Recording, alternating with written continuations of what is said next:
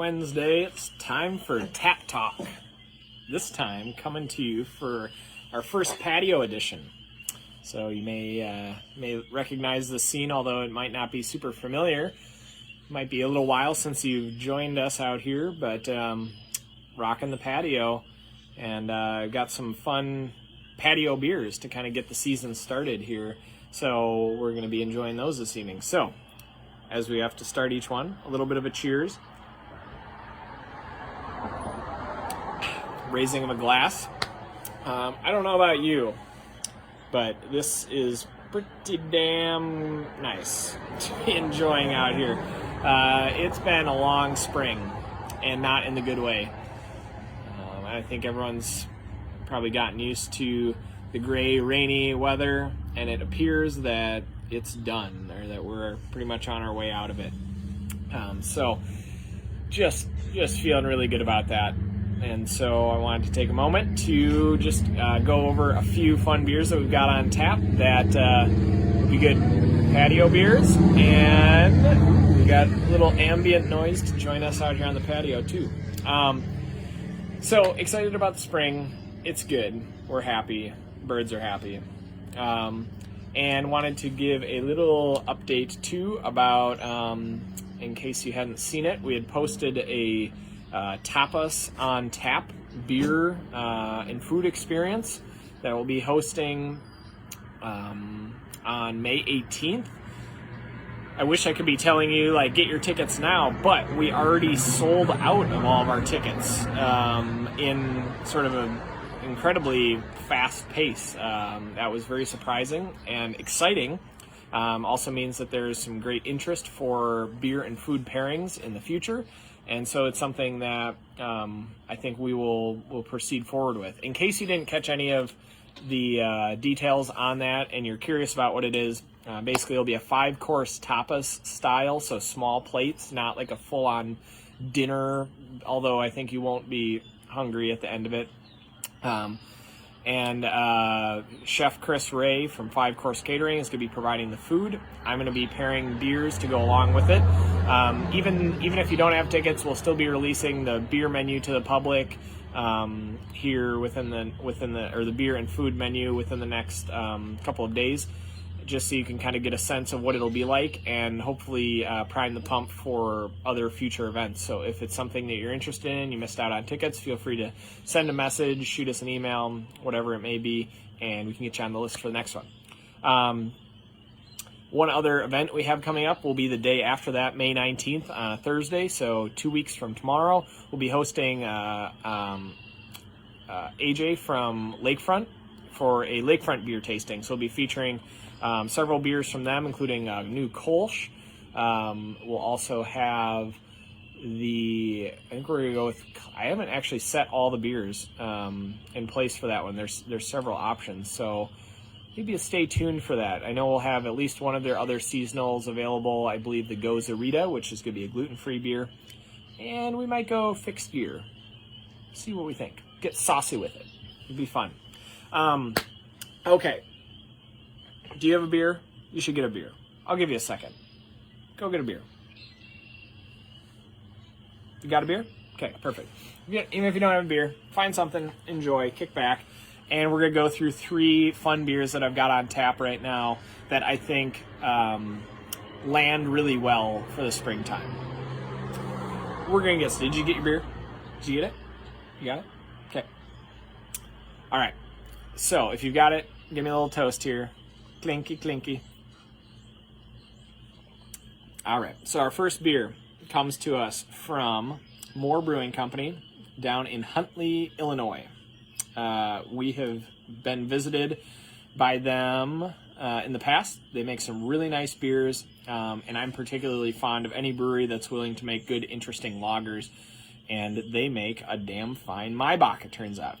Cheers, Tom, to your Angry Minnow Hazy. Very good beer. Maybe a little hint of something to come later in the tap talk here. So anyway, this beer is a Maibach. As you can see, you might be familiar with Bach that we featured here earlier in the winter, and we were out putting red hot iron pokers into. This is another kind of cousin to that beer, but obviously much more golden in color. and a little bit lighter in body, although not a ton lighter. So let's enjoy a sip and let you know how it is. Just like, to me, there's certain beer and food experiences that just land perfectly with certain times of the year or seasons.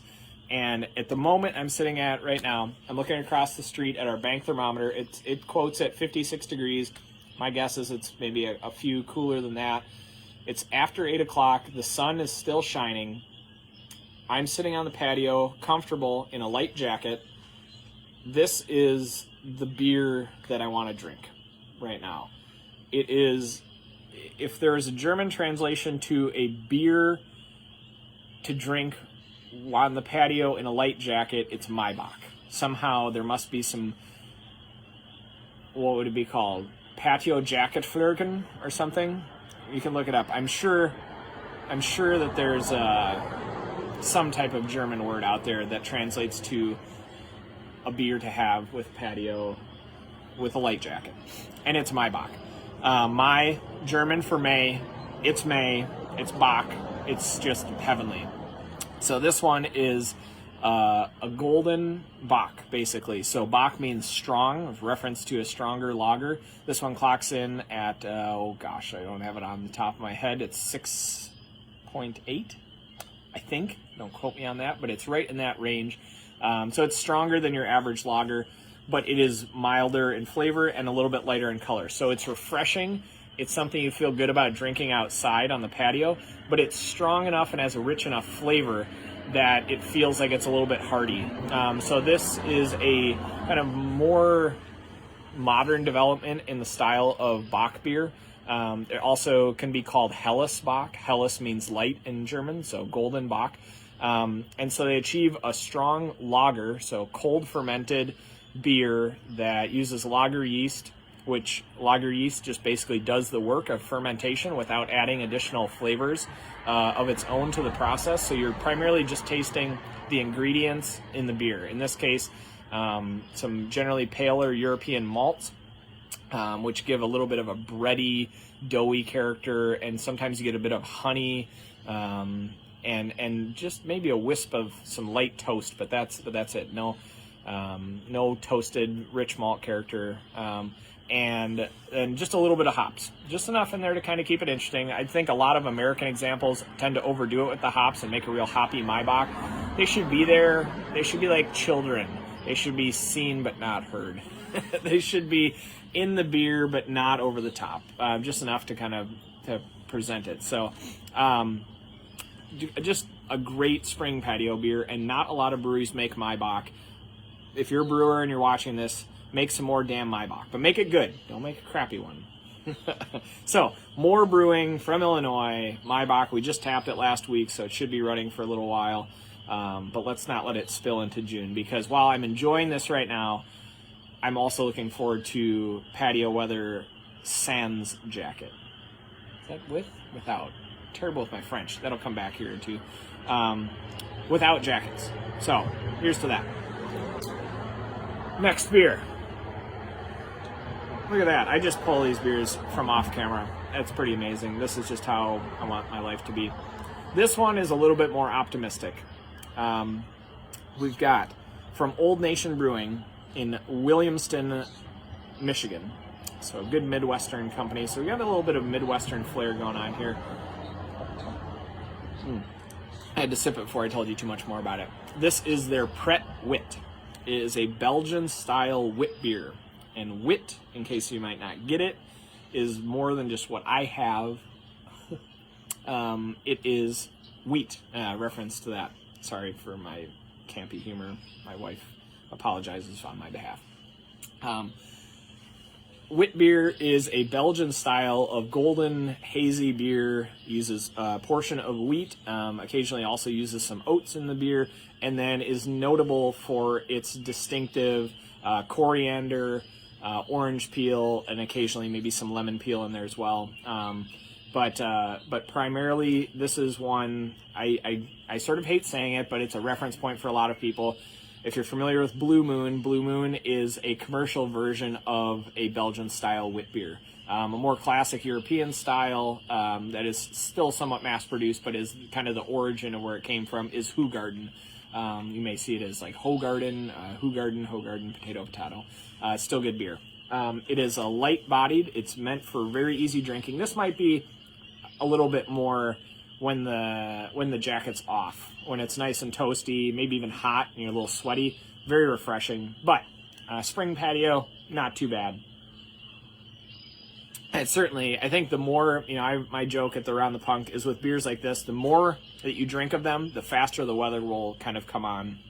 So the more wit you drink, the faster the summer and the warmer weather will come and join us. I'm pretty sure that science, as much as I am a beer and climate expert, I believe that if you drink a little bit more wit beer, it'll cause things to warm up, but only to a certain point, right? Only to the point where we're just having fun on the patio.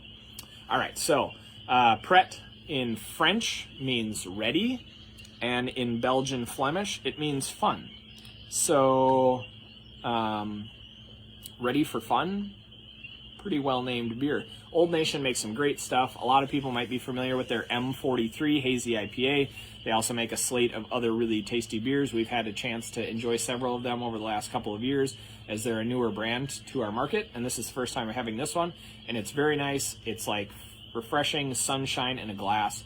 Sarah, the peepers are like music to my ears. They make my heart happy. Pret Wit, delicious. Just put it on tap. Also fairly recently. Come and get this. Worth having a couple of pints at a time. All right, and our last guest on the show this evening is a local one. This one joins us from just up the road in Hayward. This one is a beer you might be familiar with if you are a Hayward local and you like going to the Angry Minnow Brew Pub. We love to support Angry Minnow. Jason makes excellent beer there.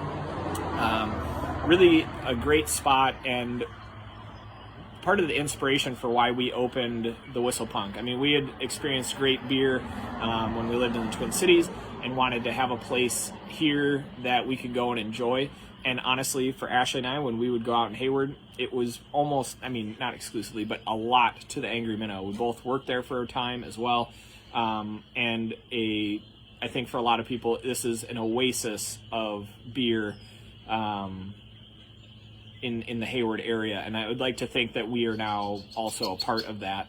But the Angry Minnow is just a great spot and really good beer, great people, and the Big Brook IPA. I don't even know if I said that. I was just doting over them. So cheers to the Rasmussen family.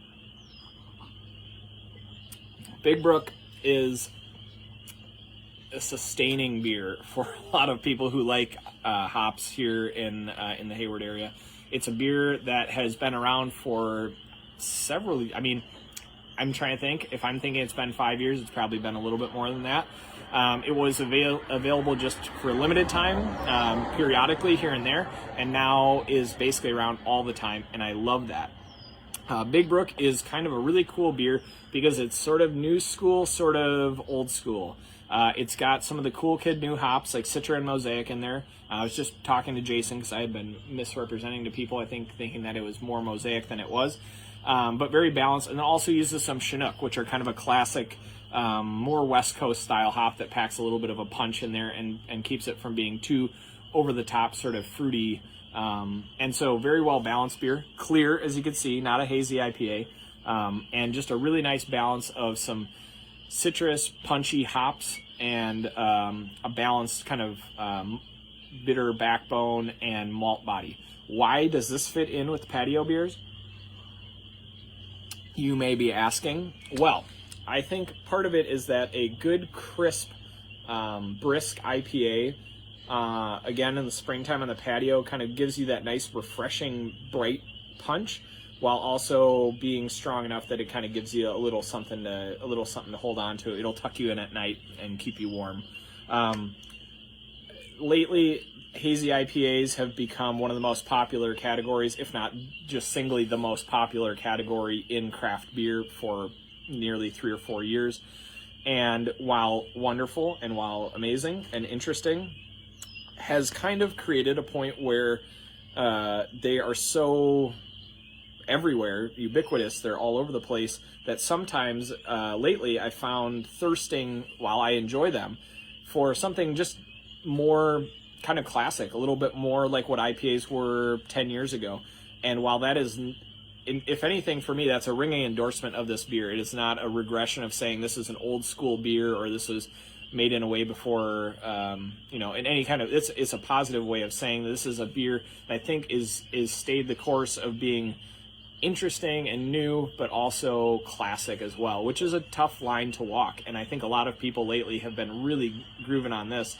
And I assume everyone knew about this beer, but I've been finding a lot of people have been experiencing it for the first time. So if you don't know Angry Minnow Big Brook, get wise, go drink it, and don't take it all from all of us locals here, though, that love it so much, because it's just a dandy of a beer, very well balanced, and just kind of satisfies that hop craving while also being very drinkable. I think a characteristic a lot of Angry Minnow beers, I would like to say that about.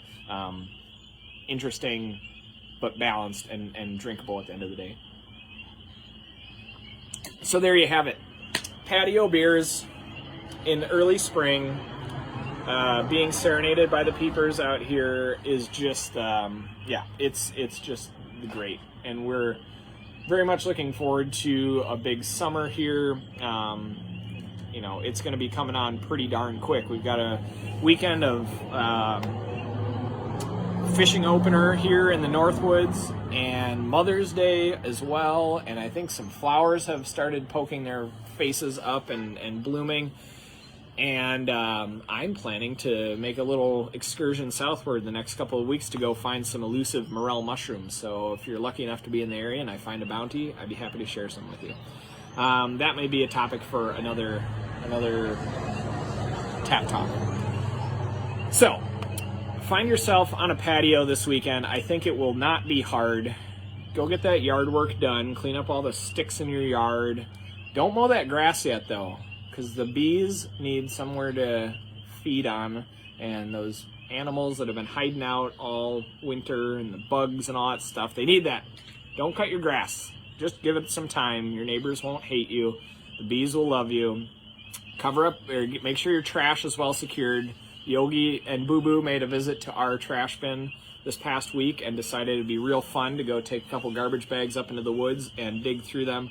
And I'm pretty sure this is my interpretation of bears eating garbage, is a lot of just letting it fly. So if you don't want to go pick up your garbage from the woods, my tip that seemed to work so far is getting a ratchet strap, toe strap, cinching it around the garbage, zipping it up there, keeping it tight, and hopefully that will keep them from trying to find any picnic baskets in your garbage. Happy spring, everyone. So glad it's here, and look forward to seeing you down here at the Punk sometime this weekend or in the next week. So until next week's Tap Talk, have a good night.